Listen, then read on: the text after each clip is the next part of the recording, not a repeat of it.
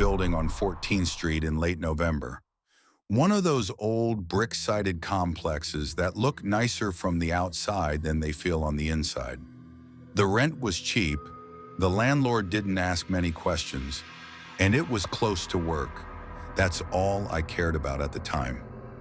I was on the 3rd floor, in a one-bedroom that smelled faintly of bleach and cigarettes. There were 6 units on my floor, 6 below, and 6 above. The place was quiet. Too quiet, actually. The first week was uneventful, except for the occasional thump from somewhere below. I figured someone was moving furniture or dropping something heavy. Old buildings carry sound weirdly. You never quite know which direction it's coming from. But by the 2nd week, it wasn't just thumps anymore. I was lying in bed around 1 a.m. when I heard it, a steady, rhythmic knocking. 3 knocks, pause, 3 more. It came from directly beneath my bedroom floor. At first, I thought it was pipes, but it was too deliberate. I even tried knocking back once, as a joke. The reply came almost instantly. 3 sharp knocks, a pause, then 1 slow, dragging scrape. It sounded like someone was pulling something heavy across the floor. After that, silence. The next morning, I ran into the landlord, Mr. Donnelly, in the hallway. He was an older guy, late 60s, hearing aid, smelled like aftershave and old coffee. "Hey," I said, "do you know who lives in the unit below mine?" "Below you?" "That'd be 2B. Yeah, I think they're making noise at night, dragging furniture or something."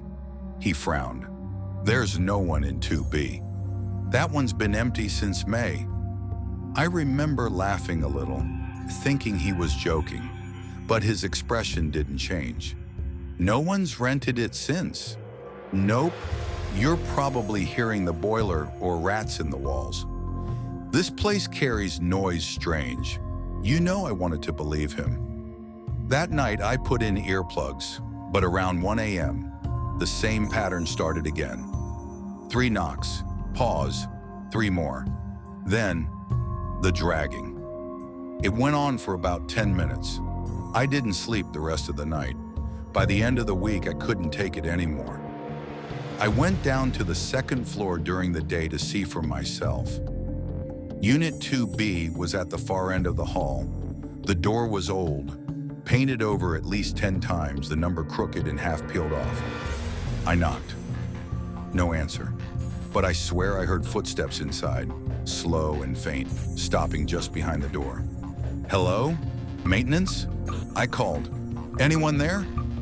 Silence.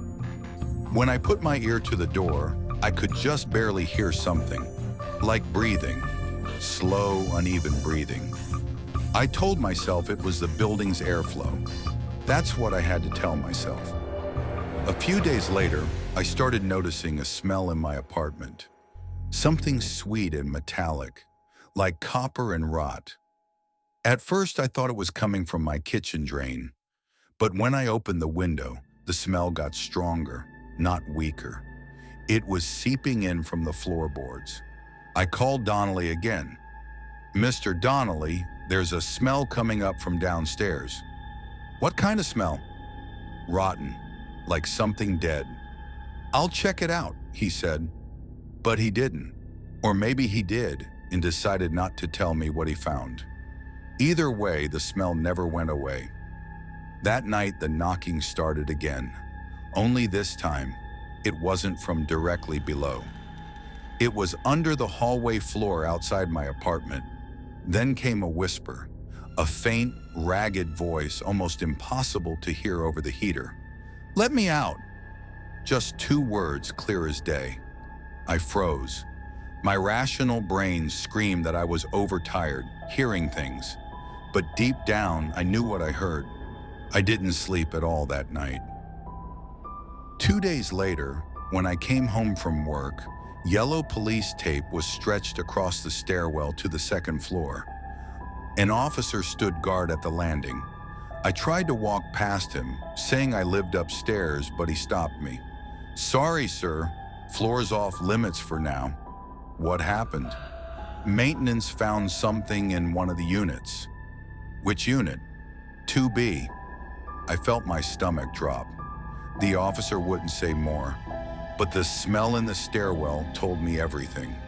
It was that same sickly sweet rot, multiplied by 10. I didn't ask questions. I just went back to my apartment and locked the door. That night, the noise didn't come. For the first time in weeks, there was complete silence. A few days later, the story hit the local paper.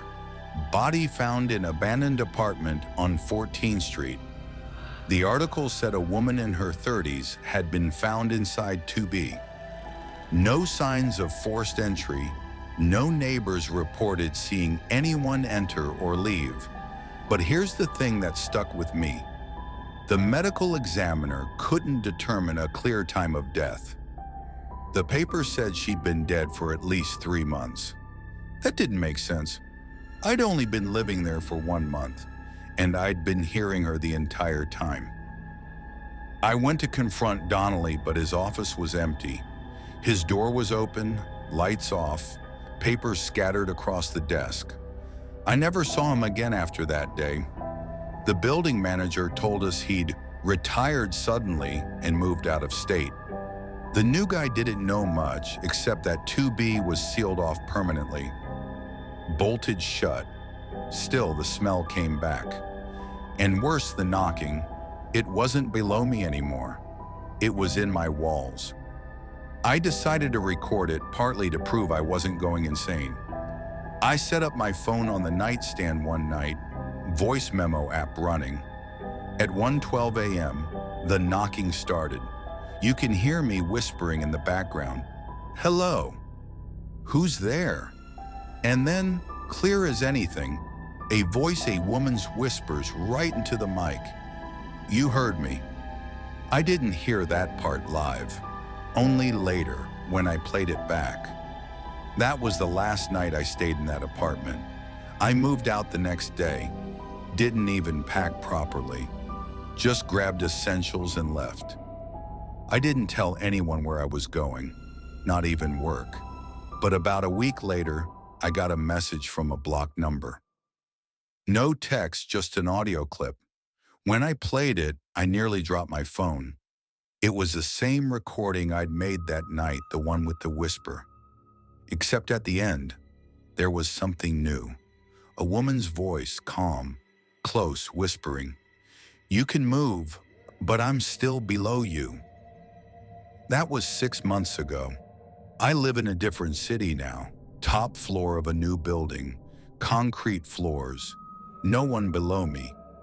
But some nights around 1 a.m., I still hear it. 3 knocks, pause, 3 more. And when I press my ear to the floor, I swear I hear her breathing.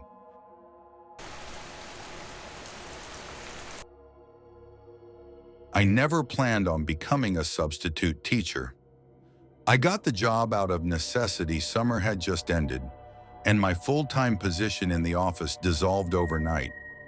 It wasn't glamorous, but it paid bills, and it allowed me to write in my free time. The school, Millbrook Middle, was a 2-story brick building on the outskirts of town, surrounded by trees that turned golden every fall.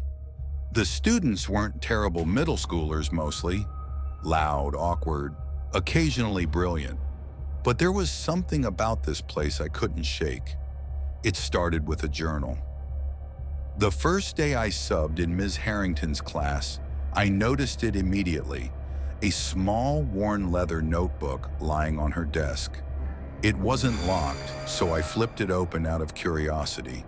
It was filled with dates, lesson plans, and handwritten notes.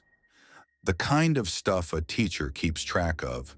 But interspersed between the lessons were strange entries. September 12th, he keeps staring from the hallway. I don't know who he is. I can feel his eyes when I'm at my desk. September 14th, students are unusually quiet today. Maybe he's waiting. I can't leave my classroom during prep. Something feels off. I frowned. Middle schoolers sometimes leave notes in the wrong places. I thought maybe it was just that. Random musings. But the handwriting didn't match the student work I'd seen in the class. That night, I returned to the classroom to gather some extra supplies for the next day. The halls were empty, and the fluorescent lights flickered. I sat at Miss Harrington's desk, flipping through the journal. Most of the entries were normal, lesson plans, reminders, but some unnerved me. September 20th.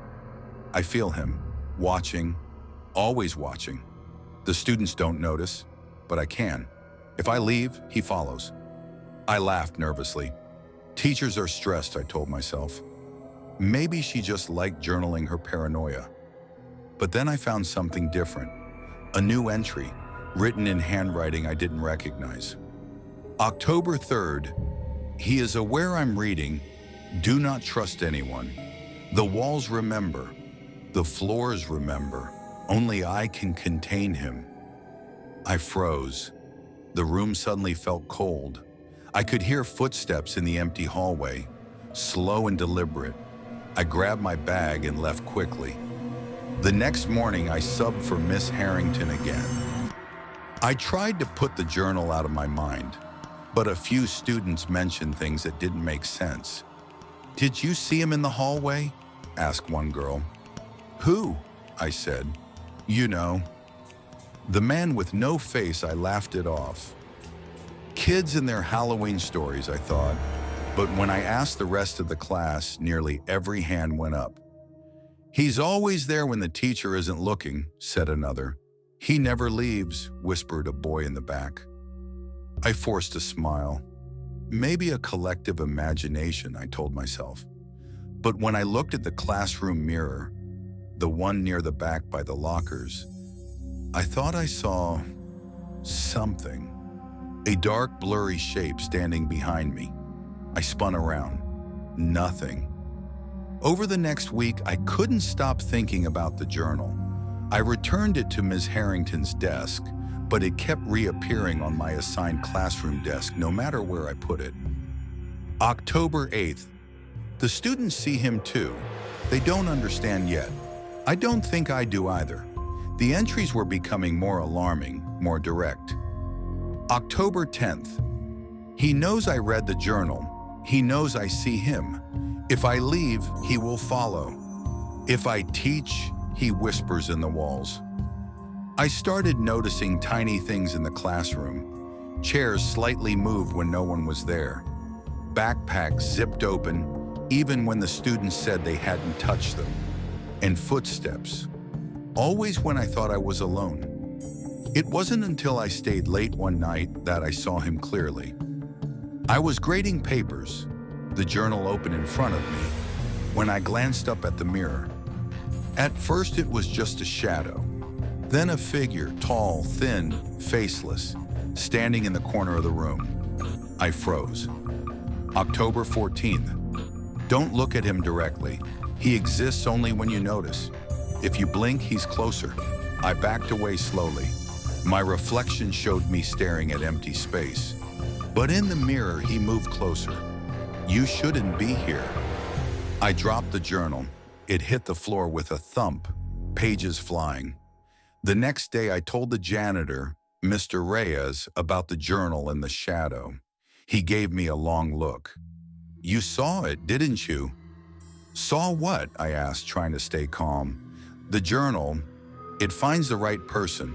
And if the building knows you, it'll let you see him." I didn't understand. He explained that Millbrook Middle had a history. A substitute teacher disappeared 50 years ago. The body was never found, but strange entries kept appearing in her personal journal after she vanished. "The journal," he said, "doesn't belong to anyone now. But it remembers, and it'll find someone else to write its story." It burned it, stomped on it. But the next morning, the cleaning crew found it intact. lying on my desk, open to a new page. October 22nd. The new teacher is here. He writes, he sees. If you read this, do not leave. He follows everyone who knows his name. He is waiting. I left immediately. I didn't pack anything. I didn't say goodbye to anyone. I've never returned to Millbrook Middle. But sometimes when I'm at home, grading papers or writing, I find a blank notebook on my desk. Leather-bound, familiar. And I know he's watching again. I tried ignoring it. I tried destroying it. Every time it comes back, empty, waiting, patient. Some nights I swear I hear footsteps approaching just outside my office door, a breath on my neck, a whisper, "You shouldn't have read me." I've learned one thing. Some journals don't want to be read. They want to be continued. If you made it this far, you're braver than most. I post true scary stories just like this one every week. So before you go to sleep, make sure you subscribe.